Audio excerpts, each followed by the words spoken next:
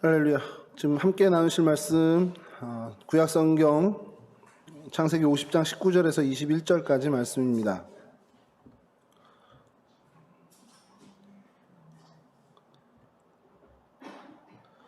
저희 길지 않으니까요, 한 목소리로 함께 봉독하도록 하겠습니다. 요셉이 그들에게 이르되 두려워하지 마소서, 내가 하나님을 대신하리이까. 당신들은 나를 해하려 하였으나 하나님은 그것을 선으로 바꾸사 오늘과 같이 많은 백성의 생명을 구원하게 하시려 하셨나니, 당신들은 두려워하지 마소서, 내가 당신들과 당신들의 자녀를 기르리이다 하고 그들을 간곡한 말로 위로하였더라. 아멘. 오늘 저희들이 좀 살펴볼 성경의 인물은 요셉입니다. 너무 잘 알고 계셔서 저희가 또 이걸 새삼스럽게 좀 살펴볼 필요가 있나 싶을 정도로 유명한 사람이죠. 저희 잘 알고 있듯이 그 이름의 뜻은 하나님이 더하신다, 그러니까 더함이라는 뜻을 갖고 있습니다. 별명은 잘 알고 계시겠지만 꿈꾸는 자, 그 형제들도 그렇게 불렀던 모양이에요.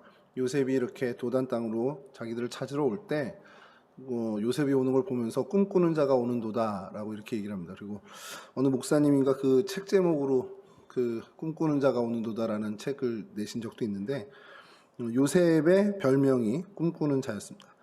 애굽에 가서 또 이름이 또 바뀌는 게 있는데 그거는 차후에 말씀을 드리고, 가족 관계를 좀 말씀을 드리면 당연히 아버지는 요셉이었고요. 어머니는 야곱의 아내 4명 중 가장 사랑했던 라헬이었습니다. 형제들이 이제 11명의 형제가 있는데 위로 10명의 형이 있고 아래로 동생 베냐민이 있었던 것들. 여러분 다 잘 아시는 얘기니까 여기까지만 좀 얘기하고요. 인생을 한 3파트로 이렇게 좀 구분을 할 수 있을 것 같아요. 요셉을 저희가 살펴보면 그 어린 시절, 17살 애굽으로 팔려가기 전까지의 그 부분, 그 다음에 가서 이제 청년 시절이죠. 총리가 되기 전까지의 그 애굽에서의 생활, 그리고 그 이후에 총리가 된 이후에 이제 생활을 지금 이렇게 한 3파트로 좀 나눌 수 있지 않을까라는 생각이 듭니다. 창세기 37장 이후에는 이 요셉 이야기를 좀 무게감 있게 좀 다루고 있습니다. 그리고 요셉을 살펴보면서 늘 느끼는 거지만, 범접할 수 없는 사람이다라는 정도. 그리고 그것이 저희들만의 생각이 아닌 것이, 요셉을 이제 주제로 해서 많은 그 영화라든지 작품들이 참 많이 나오고, 또 많은 신앙의 어떤 위대한 족적을 남긴 사람으로 평가를 많이 하는 그런 일들이 우리 교회사 안에 계속해서 있었습니다. 먼저 좀 어린 시절, 그리고 청년 시절, 총리 시절 이 세 부분을 좀 살펴보려고 하는데, 좀 간략하게 먼저 좀 설명을 드리고 저희들이 요셉의 인생에서 좀 배워야 할 그 교훈들을 좀 살펴보면 좋겠다라는 생각이 듭니다. 야곱이 하란 땅에 가서 이제 홀로 이제 가게 돼서 일가를 이루게 되죠. 일가를 이루면서 이제 지내던 시절에 아내가 넷이 있었죠. 아내가 넷이 있었고 자녀들을 이렇게 계속해서 길렀는데, 가장 사랑했던 아내가 이제 라헬입니다. 두 번째 부인이죠. 두 번째 부인 라헬을 가장 사랑했는데, 우리 성경에서 참 그 드라마적 요소처럼 보이는 게 이 라헬에게 또 아이가 없었습니다. 그래서 참 그것이 이 야곱의 마음을 좀 괴롭혔던 거고, 또 그 가족 안에서 사실은 그게 또 좀 갈등 요소들이 좀 되기도 하고요. 성경도 또 그 부분을 좀 무게 있게 좀 다루고 있습니다. 오래도록 자녀를 출산하지 못하고 있다가 이제 하나님께서 드디어 그 태를 열어서 아이를 낳게 했는데 그게 요셉이었습니다. 라헬이 요셉을 낳으면서 너무너무 기뻤던 것 같아요. 상상이 됩니다. 굉장히 기뻤던 것 같고, 하나님이 나의 부끄러움을 씻으셨다라고까지 표현을 합니다. 그 정도로 정말 기다리던 아들이 태어난 거죠. 그래서 그 아들을 내게 더하셨다라는 그런 의미로 요셉, 더함이라는 의미를 가진 이름을 짓게 된다라는 거죠. 더하다라는 의미, 그리고 이게 조금은 좀 어원이 추정만 하는 건데요. 씻어내다라는 그런 어떤 그 어원에서도 왔다라는 그런 성경학자들의 얘기도 있습니다. 요거는 저도 요번에 좀 새롭게 좀 알게 된 건데, 저는 그냥 더함이다라고만 생각을 하고 있었거든요. 그리고 그게 사실 정론이고, 근데 이제 씻어내다라는 그 단어에 좀 이렇게 파생된 것일 수도 있다라는 어떤 그런 얘기들이 있어서 그것도 좀 틀린 얘기는 아니다. 그 나의 그 서러움이나 이런 모든 것들을 하나님이 다 해결하셨다, 씻겨내셨다라는 의미로 했을 수도 있겠다라는 생각을 좀 하게 됐습니다. 어쨌든 그렇게 기다리던 그 아이를 낳았던 라헬의 입장에서는 너무 소중한 아들이고, 근데 이 아들이 야곱의 입장에서 어땠을까라는 생각을 좀 해보게 됐어요. 야곱이 봤을 때 요셉, 그 이후에 등장하는 모든 성경의 기사를 우리가 보면서 당연히 그 마음을 헤아릴 수 있는 것이 가장 사랑하는 아내가 낳은 아들이니 얼마나 정말 이 야곱에게도 기쁨이 됐겠습니까? 그리고 그것을 증명이라도 하듯이 그 이후에 이어지는 야곱의 행동은 그 편애라고 그냥 저희가 이야기할 수밖에 없는 그런 모습을 보여주죠. 여러분, 아이들을 기르면서 정말 그러면 안 되는데 이게 편애가 생기게 될 때가 있습니다. 없습니까? 저만 있나요? 딸과 아들이다 보니까 이게 좀 달라질 때가 있어요. 근데 이게 사랑의 크기가 다른 건가라는 생각을 하면 좀 그것도 답은 못 주겠는데, 어쨌든 제가 대하는 태도가 딸과 아들이 조금은 다르긴 합니다. 그리고 무언가 해주는 것도 남자아이와 여자아이에게 대하는 게 사실 좀 다른 게 사실입니다. 이거 뭐 제가 반성하는 차원에서도 좋고, 다시 한번 제 인생을 복귀하면서도 봤을 때, 그냥 인정할 수밖에 없는, 뭐 그것이 잘못이라면 또 사과를 해야 되겠지만, 반성도 해야 되겠지만, 다르다라는 건 인정하겠다라는 거죠. 그게 아들과 딸이기 때문일까 아니면 첫째와 둘째 때문일까는 아직은 해결을 못했어요. 첫째이기 때문에 좀 더 그러니까 하나라도 더 주고, 둘째이기 때문에 조금 소홀한 건지, 아니면 딸이기 때문에 더 좀 하고 아들이라 좀 소홀한 건지는 아직 제 안에서 이렇게 좀 답을 찾지 못했습니다만 조금 다른 거는 확실합니다. 제일 다른 게 뭐냐면 어릴 때 찍어줬던 사진 장수입니다. 그거는 이제 그거는 좀 해답을 찾은 게 딸이기 때문에 많은 건 아닌 것 같아요. 그거는 첫째이기 때문에 더 많은 것 같긴 해요. 왜냐하면 형제를 가진 분들을 이제 봐도 큰애 사진이 훨씬 더 많더라고요. 저희 어머니 아버지를 봐도요, 저희 형 사진이 제 사진이 한 3-4배는 됩니다. 어릴 때 사진이. 그 형이랑 저랑 거기서부터 차이가 나는구나, 저는 이제 그 생각을 하게 되는데, 제가 요거를 보면서 요 주간에 되게 재미난, 그러니까 지난 주간에 되게 재미난 이 편애 부분에 대한 자료를 좀 찾았는데, 그 전문가가 자녀를 기르는 양육의 전문가가 아이들을 기르면서 차이가 나는 부분은 분명히 있지만 부모들이 좀 예민하게 생각해야 된다라고 조언을 하면서 특별히 강조한 것이 있는데, 이거 여러분들하고 꼭 좀 나누고 싶은 생각이 들었습니다. 다른 거는 차이가 나도요, 아이들이 그냥 그러려니 하면서 크면서, 그리고 다 커서는 우리 엄마 아빠 옛날에 뭐 그랬을 수도 있지 이렇게 넘어가는데, 이거는 차이를 주지 말라는 거예요. 그게 뭐냐면 의식주. 이게 뭐냐면 옷 입히는 거, 그리고 먹는 거, 그리고 주는 뭐 사는 데니까 이제 방이겠죠. 아무래도 걔네들 방. 그거를 차별하면은 그거는 그 차별받은 아이의 굉장히 큰 상처가 된다라는 겁니다.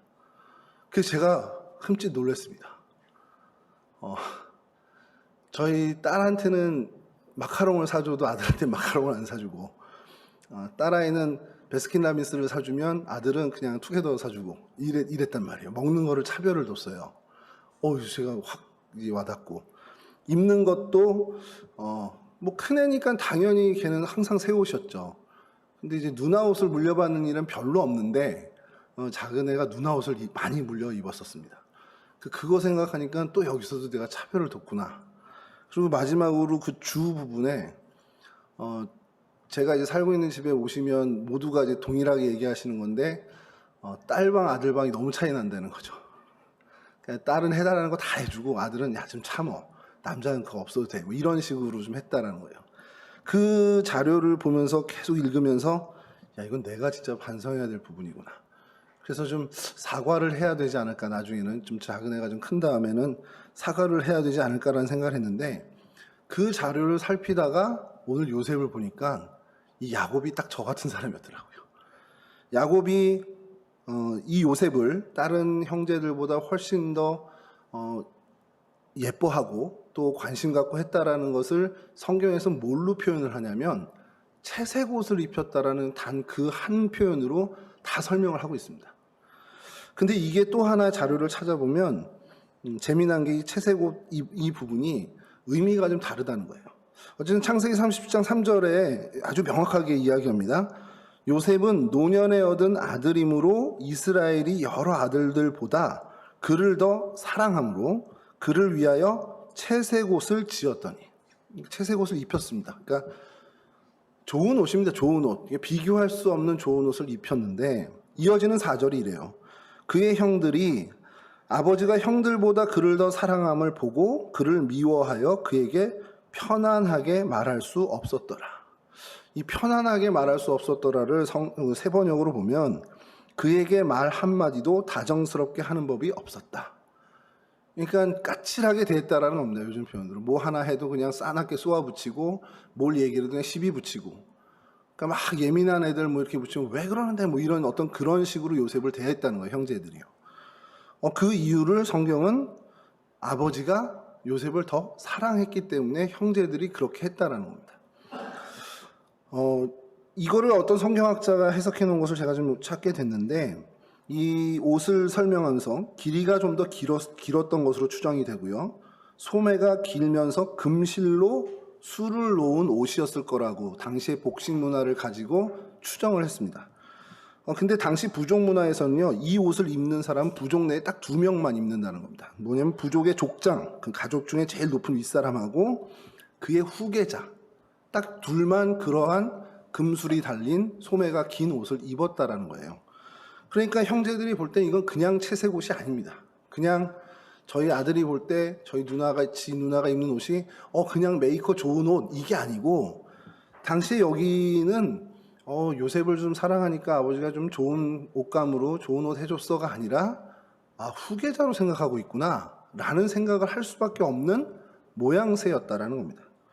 그러니까 당연히 시기가 생기고 질투를 받고 미움을 받을 수밖에 없는 그런 환경이 너무 잘 조성이 돼버린 거죠.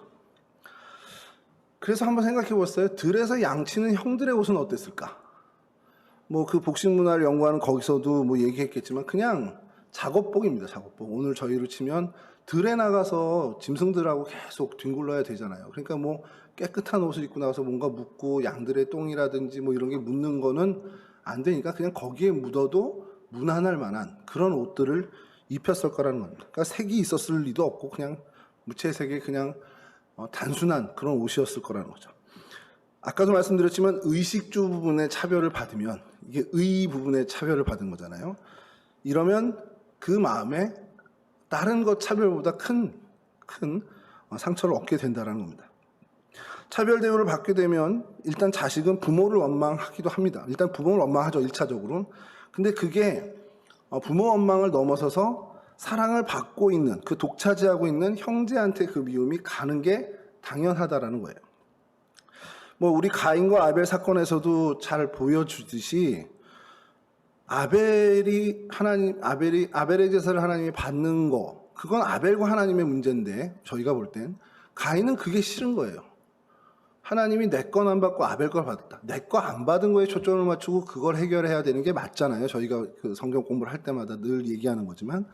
근데 가인이 그 모든 자기의 이 분함이 동생 아벨에게 간 겁니다. 하나님과 관계가 좋은, 그러니까 하나님이 소위 사랑하는. 그러니까 무슨 생각이었을까 하면, 저거만 없으면 내가 이렇게 대우를 안 받을 수도 있을 텐데라는 생각을 했던 것 같아요. 가인과 아벨에서 그렇게 보여지듯이 이 형제들도 똑같은 생각을 한 겁니다. 근데 이게요, 조금은 성경을 그 이후에 우리가 창세기 30장 이후를 계속 읽어보면 조금 저희가 이해를 못하는 게 뭐냐면, 그럼 형제들이 요셉이 없다고 쳤을 때 그 형들이 야곱의 사랑을 받을 만한 인물들인가라는 걸 해보면 그건 또 아니거든요. 대표적으로 루벤을 알잖아요. 장자 루벤은 서모인 빌하와 통간을 했던 전력이 있는 사람입니다. 뭐 시므온과 레위, 둘째와 셋째 역시 세겜 땅에서 그 디나일로 아버지의 뜻을 완전히 역행하는 살상을 하죠. 그래서 그 가족을 완전히 위기에 몰아넣는 그런 판단력 흐린 행동을 또 해요. 좀 이따 살펴보기도 하겠지만 이제 빌하와 그 서모들의 그 자녀들이 뭔지 잘못을 못했지만 요셉이 가서 잃는단 말이에요. 그게 또 이제 계기가 되는데, 그 뒤에 나오는 이 가족의 이야기들을 읽어보건데 솔직히 이 다른 아들들이 요셉이 없다고 해서 야곱의 사랑을 받을 만한 그런 사람들은 또 아니란 말입니다. 물론 요셉에게 갈 사랑이 조금은 더 나눠지긴 했겠지만 요셉이 있거나 없거나와 상관없이 야곱 아버지에겐 걱정거리고 속상한 아들이 될 수밖에 없는 그런 모습들이 보여진다는 거예요. 그런데 재미난 건 이 항상 차별을 받는 사람들의 입장은 나한테 뭐가 문제가 있겠구나, 아버지가 나를 왜 이렇게 사랑하지 않을까라는 그 원인을 내가 뭔가 부족한가라는 데서 절대 찾지 않는다는 겁니다. 내가 부족한 데서 찾는 게 아니라 다른 외부의 어떤 요건을 찾는다는 거예요. 그리고 그것이 요셉이라고 결론을 내린 거죠. 마치 가인이 자기의 제사, 자기의 예배가 문제가 있고 자기와 하나님과의 관계에 문제가 있어서 하나님이 자기를 주목하지 못하고 예배를 안 받는 그것을 완전히 엉뚱한 저 아벨놈 때문이야 라고 돌리는 것과 똑같은 거라는 거죠. 사실 저희가 이 요셉의 이야기들을 보면서 이런 것들을 좀 고민해 볼 필요가 있다는 거예요. 나와 하나님과의 관계에서 뭔가가 부족함이 생기고 뭔가 풀어야 할 일들이 생겨날 때 우리는 그것에 집중해야 되고 하나님과 나의 관계에 집중해야 된다는 겁니다.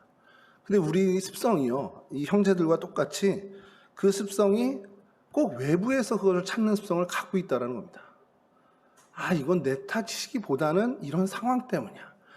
이건 어쩔 수 없는 이런 일 때문이야 라고, 아니면 쟤 때문이야 라고 그렇게 규정해버리고 거기서 모든 걸 찾으려고 하다 보니까 정말 문제는 해결하지 못하고 엉뚱한 방향으로 계속 악화만 된다는 겁니다.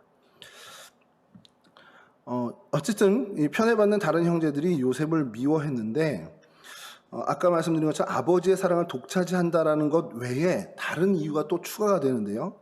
창세기 37장 2절을 제가 좀 읽어드리겠습니다. 갑자기 야곱의 족보는 이러하니라 라고 나오면서 이제 요셉 얘기가 나오는데, 요셉이 17세의 소년으로서 17살입니다. 그의 형들과 함께 양을 칠 때에 그의 아버지의 아내들 비라와 실바의 아들들과 더불어 함께 있었더니 그가 그들의 잘못을 아버지에게 말하더라. 그러니까 요셉이 아예 뭐 집안에 있고 넌 아무것도 하지 마, 손에 물도 묻히지 마 이런 게 아니라 형들하고도 이제 같이 다니긴 했다라는 겁니다. 양치는 데도 다니고 이렇게. 근데 이 비라와 실바의 아들들이, 그러니까 뭐 이복 형들이죠. 이복 형들이 뭘 잘못했는지 성경에 나오지 않습니다만 그게 중요한 게 아니니까. 그들이 잘못한 것을 이 요셉이 아버지에게 말했다라는 게 이 성경의 포인트입니다. 17살 때 그 이복 형제들의 잘못을 소위 말하는 이제 고자질을 한 거란 말이에요. 이게 결국엔 형들의 미움을 받는데 또 하나의 큰 이유가 되겠죠. 아버지의 사랑을 독차지한 것 외에 플러스 이유가 하나가 더 된 거죠.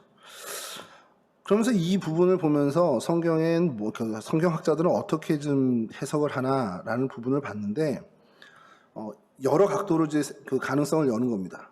이게 분명히 형제들에게 미움거리가 됐는데 그러면 이 요셉이 정말 얄미웠던 동생이었을까?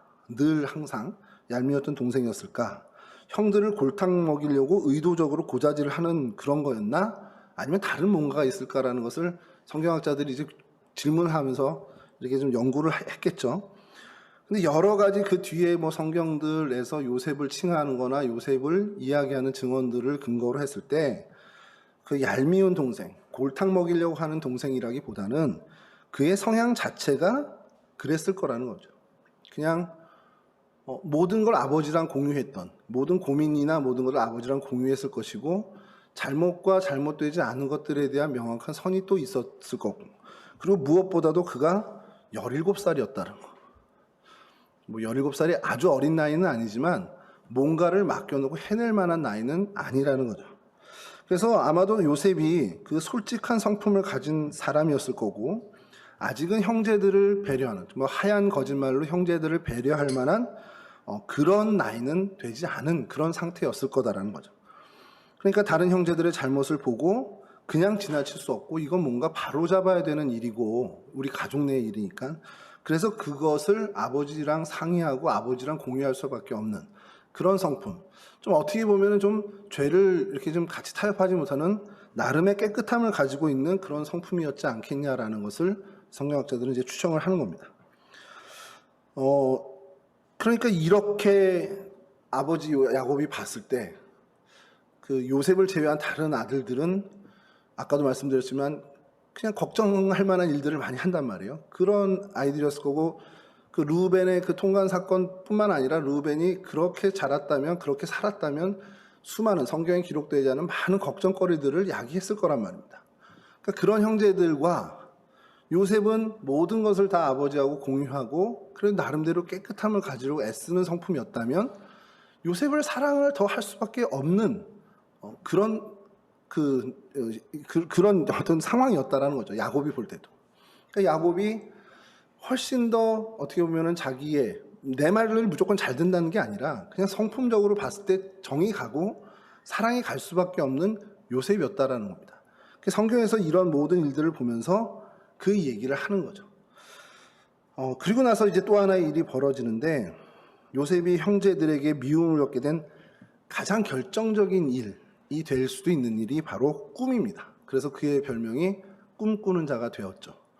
잘 알고 계시듯이 11개의 곡식단이 자기에게 절한다는 거, 그리고 해와 달 그리고 11별이 자기에게 절하더라라는 그 꿈을 2번을 얘기를 하죠. 그리고 그것이 형제들의 마음을 굉장히 상하게 합니다. 그리고 아버지도 그것을 계속 마음에 두기도 하고요. 그런데 여러분 아시겠지만 그 형제들이 이렇게 단합이 잘 되고 했을 것 같진 않아요. 제가 봐도. 근데 뭔지 모르지만 한 가지 공동 목표가 생기면 이 사람들이 단합이 잘 됩니다. 이 형제들도 마찬가지였어요. 4분오해를 했다라는 어떤 표현은 성경에 없지만 뭔가 이들이 하나가 다 되고 어떤 이런 부분들은 이전까지는 없었습니다. 기록이 없는데 단 한 사건, 요셉을 이제 어떻게 보면 요셉에게 힘든 시련을 안기는 그 일에 이 형제들이 완전히 의기투합을 합니다. 그 결정적인 일이 이 꿈꾼 일과 이제 아버지의 사랑을 독차지하는 이 일이 되겠죠.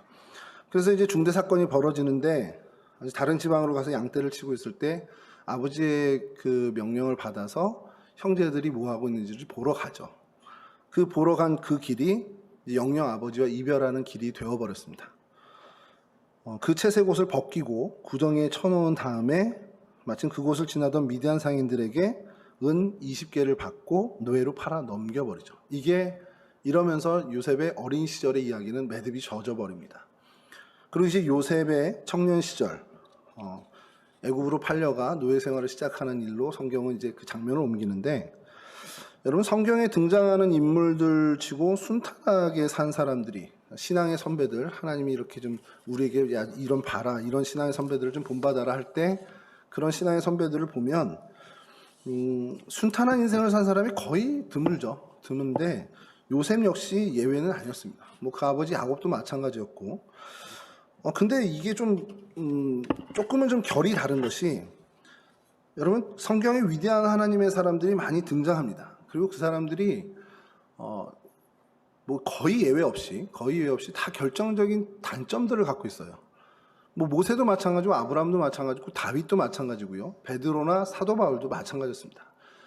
그들의 어떤 인생에서 성경에 기록된 내용이죠. 내용에서 이거는 그래도 좀 잘못했네라고 할 만한 일들이 그들 가운데는 있었단 말이에요. 그리고 결정적으로 또 다윗같이 그 밧세바 사건 같은 경우는 저희가 지금 생각해도 이건 이해가 안 되는 사건인데, 그런 일들이 있었는데 성경에서 전생애를 통해서 결점을 좀 찾아보기 어렵다 하는 인물이 거의 없는데 요셉은 사실 그에 가까운 인물이라는 겁니다. 크게 결점이 없어요. 뭔가 이거 요셉은 이게 안 돼. 고작 어린 나이에 형제들의 잘못을 아버지에게 이야기했다 정도? 근데 그게 잘못이냐라고 하면 예를 들어서 저희 집을 봤을 때 저희 둘째 아이가 누나가 뭔가 잘못하고 있는 걸 아빠한테 얘기 안 하고 숨겨주는 게 물론 이제 자기들끼리 그게 되겠지만 그게 정말 저희 집 가정에 결정적으로 안 좋은 일이 될 수도 있는 거는 얘기해야 되는 거란 말이에요. 지 누나가 도박 사이트를 만약에 하고 있어요. 근데 얘기하면 아빠한테 혼나니까 얘기 안 해줘. 이건 얘기해줘야죠. 혼나도 얘기해줘야 되는 부분입니다. 제가 잘못 생각하는 건가요? 저희 큰애가 그럴 리는 없지만 그러니까 그런 어떤 형제들 간에 자기가 얘기했을 때 안 된다. 이건 내 동생을 얘기했는데 내 동생이 내 말 안 듣는다. 그러면 그건 고자질 차원이 아니라 뭔가를 바꿔주기 위해서라도 아버지 엄마에게 이야기를 해야 되는 것도 맞는 겁니다. 그런 차원으로 본다면 요셉의 이야기를 인생의 전체를 봤을 때 그에게 결점을 찾아볼 만한 일이 거의 없다라는 거예요. 이 얘기를 왜 드리냐면 아까 말씀드린 것처럼 성경에 등장하는 그 신앙의 어떤 위인들이 다 하나님으로부터의 어떤 이런 그 험난한 일들을 좀 겪게 됩니다.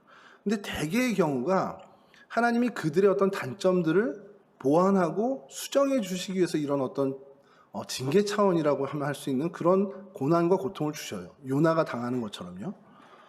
근데 요셉은 어려움을 당한 건 예외가 아니었는데 이게 어떤 징벌적이나 징계적인 요소가 있냐라고 한다면 그건 좀 납득하기가 어렵다는 겁니다.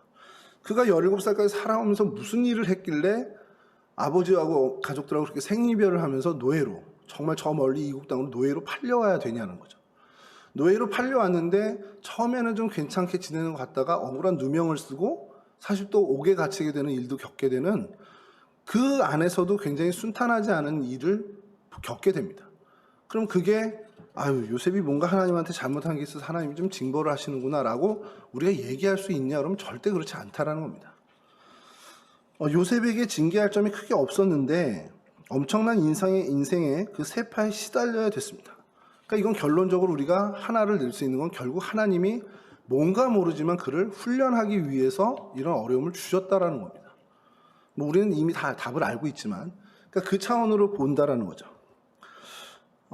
너무 잘 아시겠지만 이제 보디발의 집에 팔려오게 되고 거기서 노예로 지내고 있지만 보디발의 눈에 들어서 인정을 받게 됐습니다. 근데 이제 그런 차원에서 보디발 아내가 계속 유혹하게 되고 이를 거절하자 이제 그 유혹이 미움으로 바뀌고 음해로 바뀌어서 자신을 겁탈하려고 했다라고 누명을 씌우죠.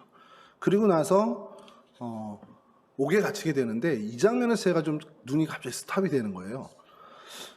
가만히 생각해 보세요, 여러분. 이 사건이 보디발이 들었어요. 이제 외출했다 들어왔는데 자기 아내로부터 그 얘기를 이런 사건의 전말이다 그러면 들었단 말이에요. 이게 옥에 보낼 일일까요? 옥에 보낼 일이 아니라 죽일 일 아닌가요? 그냥 바로 그 자리에서 죽여도 누가 뭐라고 할 수도 없을 거고 사실 그 정도 일이라면 그렇게 하는 게 상식입니다. 근데 보디발은 요셉을 죽이지 않고 옥에 보내는데 그 옥도 오늘날로 치면 좀 괜찮은 교도소예요. 정치범수용소 비슷한 왕의 죄수들을 가둔 옥에 보냅니다. 이게 뭘까? 그 보디발은 그 아내의 말을 믿지 않았다라는 것 같아요. 적어도 완전 완벽하게 믿지는 않았던 것 같습니다. 그걸 그 말 그대로 믿었다면, 정말 그걸 신뢰했다면 이건 죽일 일이지 옥에 보낼 일이 분명히 아니라는 거죠. 그렇게 보디발까지도 어쨌든 요셉을 인정했고 신뢰했다라는 겁니다. 그리고 그 일로 이제 옥에 갇히게 됐는데 계속해서 그 안에서도 뭔가 이렇게 기미가 보이질 않아요. 다시 회복될 기미가 보이지 않고 왕의 죄수들하고 계속 지내면서 그나마 다행인 것은 그 안에서도 간수장의 은혜를 받게 된다라는 겁니다. 창세기 39장 20절에서 23절인데요. 제가 좀 읽어드리겠습니다. 이에 요셉의 주인이 그를 잡아 옥에 가두니 그 옥은 왕의 죄수를 가두는 곳이었더라. 요셉이 옥에 갇혔으나 여호와께서 요셉과 함께 하시고 그에게 인자를 더하사 간수장에게 은혜를 받게 하심에 간수장이 옥중 죄수를 다 요셉의 손에 맡김으로 그 재반 사물을 요셉이 처리하고 간수장은 그의 손에 맡긴 것을 무엇이든지 살펴보지 아니하였으니 이는 여호와께서 요셉과 함께 하심이니라. 여호와께서 그를 범사에 형통하게 하셨더라. 아멘. 무슨 내용인지는 다 아시잖아요. 근데 제가 여기 본문에서 좀 주목하게 된 게 마지막 부분입니다. 여호와께서 요셉과 함께 하심이라. 여기는 문제가 없는데 여호와께서 그를 범사에 형통하게 하셨더라. 이 말이 계속 마음에 걸리는 겁니다. 왜 걸릴까요? 여호와께서 함께 하셔서 형통하게 하셨는데 감옥이에요. 하나님이 나와 함께 하셔서 나를 형통하게 하셨는데 저는 교도소에 있어요. 이게 불편한 겁니다, 저는. 아니 왜? 예를 들어서 여호와께서 나와 함께 하셨는데 내가 여기는 교도소나 옥이 아니더라도 내가 장애를 갖게 됐다. 여호와께서 나와 함께해서 나를 형통케 하셔서 내가 병들게 됐다.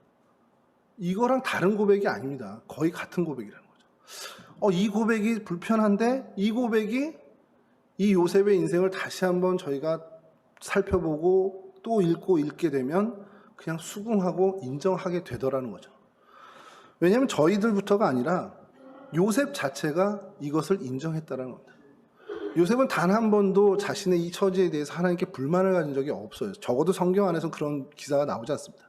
물론 성경 안에 기록되지 않은 어떤 그런 상황에서 하나님 왜 이러십니까? 눈물 짓고 기도하는 건 있었겠지만 이것을 하나님께 불평하고 불만하지 않았다라는 증거는 좀 잠시 후에 좀 말씀드리겠습니다. 여하튼 이러한 일에 그가 감옥에서도 하나님의 은혜를 받게 됐는데 이것이 하나님의 훈련이다라고 저희가 결론을 냈잖아요. 하나님의 훈련이라고 할 수밖에 없는 것이 이곳에 출입하고 이곳에 있다가 나가거나 혹은 거기서 죽게 된 사람들이 다 왕 근처에서 정치를 하던 사람들이고 나라의 살림을 꾸리던 사람들이란 말이에요. 그들의 모든 것들을 간접 경험하게 되는 굉장히 중요한 시기였고 사실 이것이 그가 총리로 좋은 정치를 펼 수 있는 사실 어떻게 보면 굉장히 좋은 토대가 되었다라는 겁니다. 이건 뭐 제가 얘기 안 드려도 여러분이 이미 다 알고 있는 요셉의 그 이야기를 들으시면서 다 한 번쯤은 한 번 이상은 다 들어보셨던 얘기일 텐데 결국 이 왕의 죄수를 가두는 옥에서 요셉은 훌륭한 차세대 리더의 교육을 계속 받게 됐다라고 우리는 이야기할 수 있다는 거죠.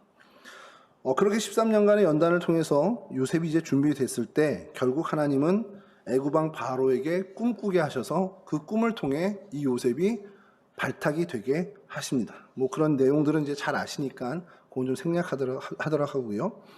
근데 여기서 우리가 하나 더 중요한 것이 그 꿈을 해석하게 되는 것, 그것이 요셉이 어디서 뭔가 점성술을 배우고 뭐 꿈 해몽하는 어떤 서적을 읽고 해서 그렇게 됐는가라는 거죠.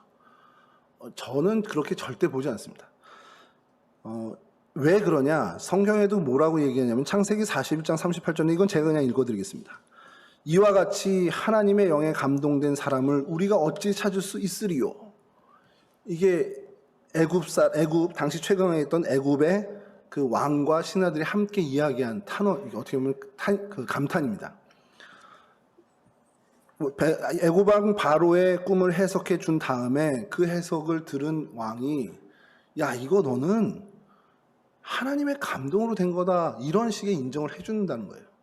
그러니까 뭐냐면 요셉의 이 놀라운 역량은 모세처럼 어떤 애굽의 학문을 수학했거나 다니엘처럼 갈대아의 어떤 문학을 공부해서가 아니라 정말 하나님이 주신 어디서 배워 얻은 것이 아니라 하나님이 직접 주신 하나님으로부터 받은 것이라는 것을 명명백백하게 밝히는 거라는 겁니다.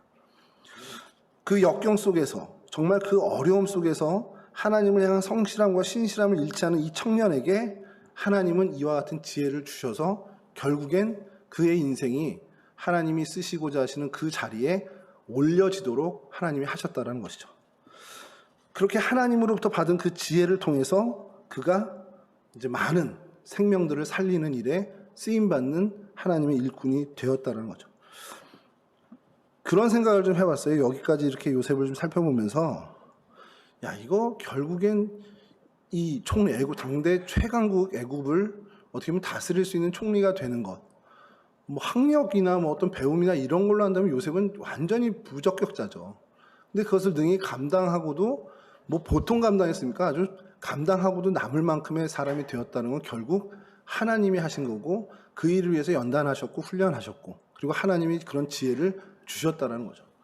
그럼 여러분 이 요셉의 모습을 보면서 우리는 뭘 깨달아야 되겠냐라는 거예요. 그래 내가 내 삶의 자리에서 살아가는 모든 것들 필요한 모든 능력과 지혜와 모든 여건들은 내가 준비하는 게 아니라 하나님이 주시는 거구나라는 거죠. 하나님이 나를 다듬으시고 나를 이렇게 채우게 하시고 내 역량을 늘려주시고 결국 하나님이 함께 하시는 것, 하나님께 이 지혜를 구하는 것이 우리가 정말 할 수 있는 최선의 일이라는 것을 다시 한번 깨닫게 된다는 겁니다. 이런 파란을 다 겪고 나서 애국 총리가 됐고 이제 결혼도 하고 가정을 이뤄서 아이를 낳는데 첫째 아이를 낳을 때 요셉의 마음이 어땠는지를 그 이름에서 저희가 짐작합니다. 므낫세라는 이름을 짓게 됐는데 이 므낫세라는 이름은 잊어버리다라는 뜻입니다. 뭘 잊어버릴까를 생각해 봤어요. 지난 그 고생과 처절했던 그 시간들, 청년 때의 그 애굽에서 종으로 또 죄수로서 지냈던 그 모든 시간을 잊어버리게끔 하나님이 나를 이제 건져내어 주셨다라는 의미라는 겁니다. 그리고 둘째 에브라임은 창성하게 하다라는 뜻인데 그 잊어버리게 하신 하나님이 더 높여서 어떻게 보면은 요셉을 정말 번성케 하고 정말 하나님께서 높은 자리로 이끌어 주셨다라는 것을 감사하는 차원에서 이 이름을 짓게 되었다는 것이죠. 그러니까 본인도 이제 인정을 하는 겁니다. 자기 인생이 하나님이 나를 그 고통을 다 잊고 정말 씻어내게끔 하시고 나를 이렇게 높여주시는 정말 그 하나님이구나 하고 감사를 하게 된다는 거죠. 그러면서 이제 이어지는 마지막 그의 인생의 엄청난 일이 온 가족, 아버지 야곱과 그 모든 식솔들을 애굽으로 다 이주하게 하는 일이 벌어졌습니다. 그 내용들 자루에 담았던 잔이었던 그런 다 여러분 아시니까 그건 빼고요. 자, 그렇게 와서 야곱이 애굽으로 이주한 다음에 17년이 지난 다음에 야곱이 이제 열조로 돌아갑니다. 우리가 이제 요즘 근래에도 담임목사님 설교 때도 좀 듣긴 했지만 그 사건이 이제 벌어지는데 형제들이 무슨 마음이었을까요? 이제 불안하죠. 아버지 죽었으니까 이제 복수의 칼이 춤을 추겠구나 이 생각을 할 수밖에 없습니다. 그래서 창세기 50장 16절에서 17절에 이렇게 얘기합니다. 당신의 아버지가 돌아가시기 전에 명하여 이르시기를 너희는 이같이 요셉에게 이르라 내 형들이 내게 악을 행하였을지라도 이제 바라건대 그 허물과 죄를 용서하라 하셨나니 당신 아버지의 하나님의 종들인 우리 죄를 이제 용서하소서. 그러니까 우리가 잘못했습니다. 끝끝내 안 하는 것 같아요. 제가 볼 때는 그냥 아버지가 그러는데 우리 다 용서하래. 그렇게 얘기한 겁니다. 그러니까 너무 급하니까 이제 돌아가신 아버지 핑계까지 되는 겁니다. 안 그랬다면 다 죽을 것 같은 불안감과 두려움이 있기 때문에 그랬겠죠. 자, 그런데 이 이야기에 요셉이 뭐라고 반응을 하냐? 오늘 본문인데요. 두려워하지 마소서 내가 하나님을 대신하리이까. 당신들은 나를 해하려 하였으나 하나님은 그것을 선으로 바꾸사 오늘과 같이 많은 백성의 생명을 구원하게 하시려 하셨나니 당신들은 두려워 마소서 내가 당신들과 당신들의 자녀를 기르리이다 하고 그들을 간곡한 말로 위로하였더라. 이게 요셉의 답이었습니다. 그리고 이 답은 요셉이 지금까지 지내온 애굽에서 그 고생을 하면서 다 지내온 그 모든 것들 속에서 불평 한마디 불만을 갖지 않았던 그 이유를 이야기하는 겁니다. 자신의 인생 이제까지 그 정말 객관적인 사람들이 볼 때는 도저히 납득하지 않고 이건 징계 차원도 아닌데 훈련 차원이라고 해도 이렇게까지 혹독한 인생을 겪나? 라는 그들의 시선을 그냥 한 방에 다 잠식시키는 요셉이 자신의 인생을 어떻게 보냐? 이건 다 하나님의 섭리로 하시는 일이다라는 겁니다. 요셉에게 있어서 이 믿음이 그를 요셉으로 만든 최고의 믿음이라는 거죠. 여러분 우리가 찾을 수 있는 요셉에게서 찾을 수 있는 가장 훌륭한 교훈은 바로 이 점입니다. 여러분 요셉의 얘기를 들으면 우리는 그냥 고개를 끄덕끄덕일 수 있어요. 참 멋지다. 요셉 괜찮다. 근데 여러분 이 일이 나에게 벌어졌다고 상상을 해보십시오. 그 혹독한 시련 정말 그 엄청난 그 굴욕과 정말 그 고생을 만들게 한 장본인이 내 옆에 있다. 그를 근데 용서해야 된다. 이게 쉽게 되는 일이 아니라는 거죠. 사과는 받지만 용서는 못해. 이 얘기가 우리의 마음을 오히려 어떻게 보면 대변할 수 있습니다. 미안하다 하면 그래 내가 사과는 받아줄게. 그래 너 용서하는 걸 기대하지 마. 이게 보통 저희들의 마음입니다. 근데 이 모든 일들을 요셉이 해냈습니다. 어마어마한 사람이죠. 왜 해낼 수 있느냐? 그 모든 것이 하나님의 섭리다라는 철저한 믿음 때문에 가능했다는 거예요. 이 장본인인 얘가 아니어도 우리 형들이 아니어도 하나님은 누군지 모를 그 사람을 통해서 나를 이곳으로 파르셨을 거야. 왜냐하면 나에게 필요한 이 훈련을 하나님이 하시기 위해서 내 형들이 아니어도 다른 누군가를 통해서도 나를 이곳으로 하나님은 이끄셨을 거야. 그래서 만민의 생명을 구하게 하려고 나를 여기서 훈련시키고 그래서 이 7년 대흉년을 준비하도록 하셨을 거야라는 그 믿음이 있었기 때문에 형들이 나를 여기를 보낸 게 아니라 하나님이 나를 여기 보내셨다라는 그 믿음 때문에 이들을 용서할 수 있었다라는 겁니다.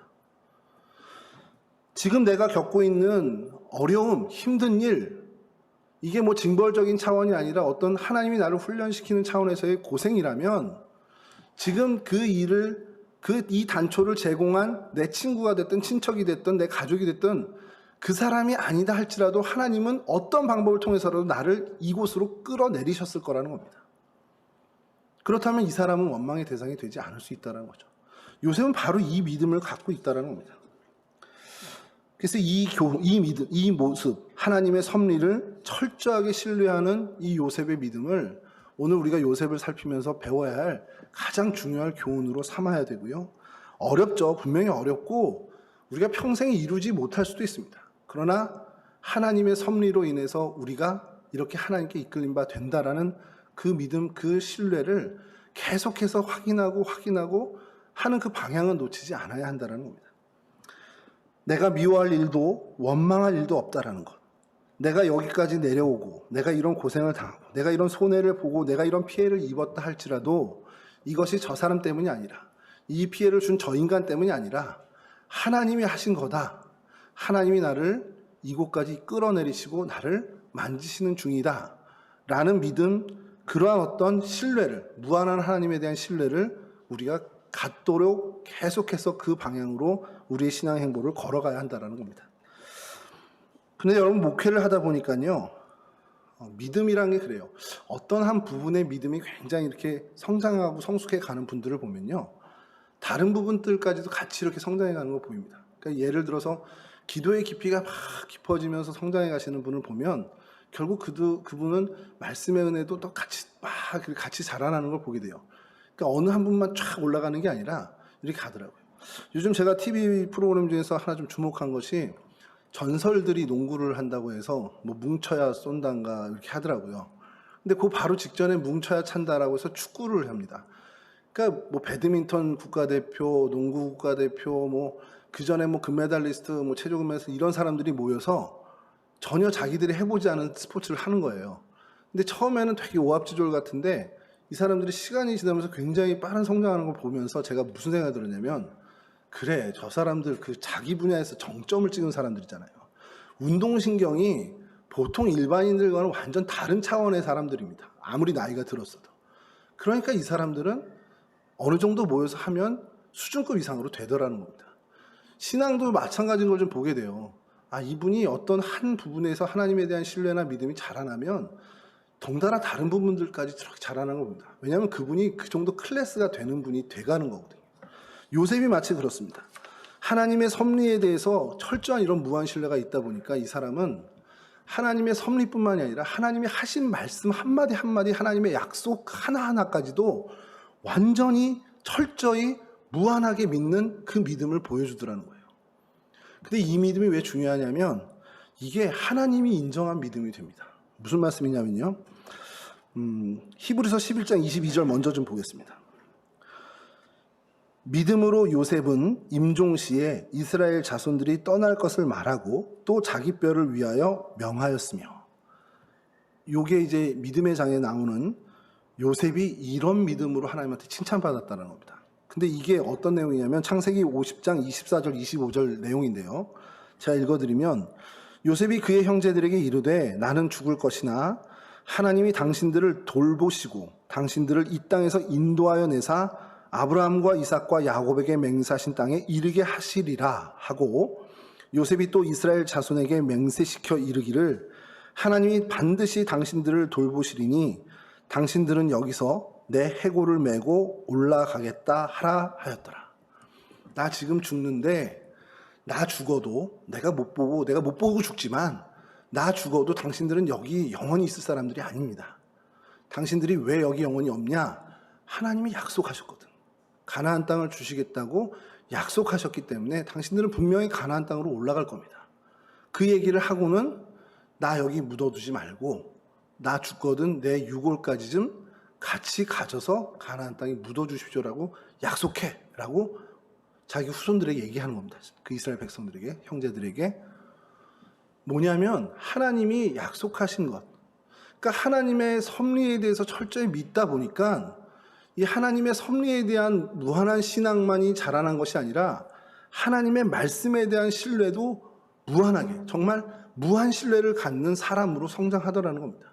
근데 이 믿음이 히브리서 11장의 말씀처럼 요셉의 많은 것들을 칭찬할 만한데 이 히브리서 11장 믿음장에서 요셉의 믿음을 얘기할 때 딴 건 다 제껴두고 그가 뭐 이런 고초를 당했을 때 하나님을 원망하지 않은 믿음이 있었다 이런 것도 얘기하지 않고 오직 이거, 임종시 이스라엘 자손에게 떠날 것을 말하고 자기 뼈를 위하여 명령했다, 이걸 믿음으로 했다라는 것을, 그 믿음을 칭찬해 주는 겁니다.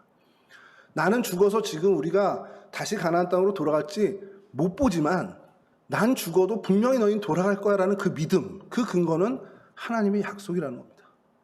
하나님이 말씀하시고 하나님이 약속하신 거라면 내가 죽어도 이건 분명히 이루어지는 것임을 요셉은 알았고 그것을 위에서 자손들에게 이야기하고 부탁하는 거죠. 그리고 약속하는 겁니다.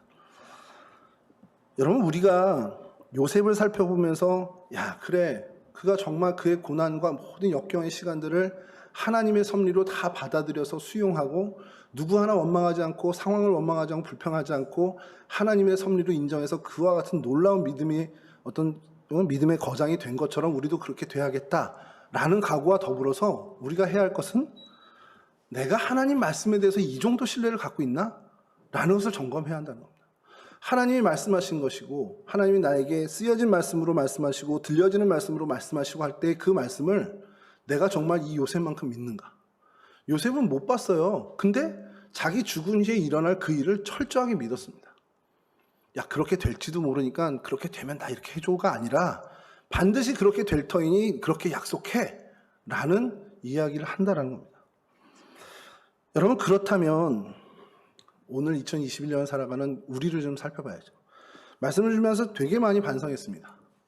하나님이 정말 저에게 약속하고 제게 응답해 주셨던 그 많은 일들을 처음에는 하나님 감사합니다 하다가 시간이 지나면서 조금씩 희미해지는 겁니다. 그러면서 하나님 그게 정말 될까요? 계속 하나님한테 의심하고 물어보고 그러니까 하나님은 또 확신시켜 주시고 그러다가 한동안 또 좋다가 또 불안해지고 그게 계속 반복되는 게 제 인생이라는 겁니다. 저만 그러겠습니까? 뭐 많은 분들이 다 그렇겠죠. 근데 요셉의 이 모습을 보면서 다시 한번 각오해야죠. 그래, 하나님 말씀하셨으면 내가 믿어야지. 하나님이 약속하신 건데 이게 깨지겠어? 라는 그 하나님을 향한 무한한 신뢰, 그 신앙을 가지고 살아가는 그 일을 위해서 다시 한번 또 결단하고 각오해야겠다는 겁니다. 말씀을 좀 정리하면서 마치겠습니다. 요셉이 가졌던 그 두 믿음을 좀 생각했으면 좋겠어요. 그 살아온 모든 상황과 형편과 모든 게 그게 즐거운 일이든 어렵고 힘든 일이건 간에 하나님이 나를 위해서 섭리하시는, 하나님이 나에게 가장 선한 일을 이루기 위해서 섭리하시는 과정이다라고 인정한다면 우리 올해 표어처럼 모든 일에 감사할 수 있는 저희가 됩니다. 이것도 하나님이 나를 빚으시는 과정이구나. 이것도 하나님이 나에게 가장 좋은 것으로 나를 좀 더 하나님의 사람으로 만드시기 위한 과정이구나라고 한다면 우린 이 모든 과정을 감사할 수 있게 된다는 거죠. 요셉 정도 안 돼도 좋습니다. 될 리가 있겠습니까? 사실 제가 어떻게 요셉처럼 되겠습니까? 그래도 흉내는 내보자는 거죠. 요셉이 하나님의 섭리를 믿고 신뢰한 그것만큼 우리 흉내는 내보자라는 거죠. 그게 그리스도인이잖아요. 그리고 또 하나의 믿음, 하나님께서 약속하셨으니, 하나님께서 말씀하셨으니 그것은 반드시 이루어지리라는 것. 여러분, 그러면 정말 우리가 성경 말씀을 통해서 또 매주 듣는 주일 설교를 통해서 우리가 그 말씀을 들을 때 하나님 저게 내게 주시는 말씀이군요. 그럼 그 말씀 하나님이 하라면 해야 되는 거고 그 말씀 믿으라면 믿어야 되는 것이 저희들의 마땅한 취할 행동이라는 겁니다. 그게 요셉이 가졌던 하나님 말씀에 대한 무한한 신뢰, 정말 무한한 믿음, 진짜 크리스찬의 삶이라는 거죠. 바라기는 여러분, 우리 모두가 정말 요셉도 그랬죠. 눈에 보이는 거 아무것도 없어도 하나님 말씀하신 그 말씀 이루어질 것 믿고 나아간 것처럼, 그렇게 확신한 것처럼 우리 보이는 것 아무것도 없습니다. 뭐 진척되고 어렵고 힘든 상황들만 예상됩니다. 그래도 하나님이 우리에게 뜻하신 거고 하나님이 우리에게 맡겨주신 그 일, 하나님이 약속하시고 책임져 주시기로 한 약속의 그 일은 하나님이 이루실 걸 믿고 정말 담대하게 그 하나님의 일에 우리가 헌신하고 정말 땀 흘리고 애쓰는 그러한 크리스찬, 진짜 믿음의 사람으로 우리가 살아갈 수 있기를 간절히 바랍니다.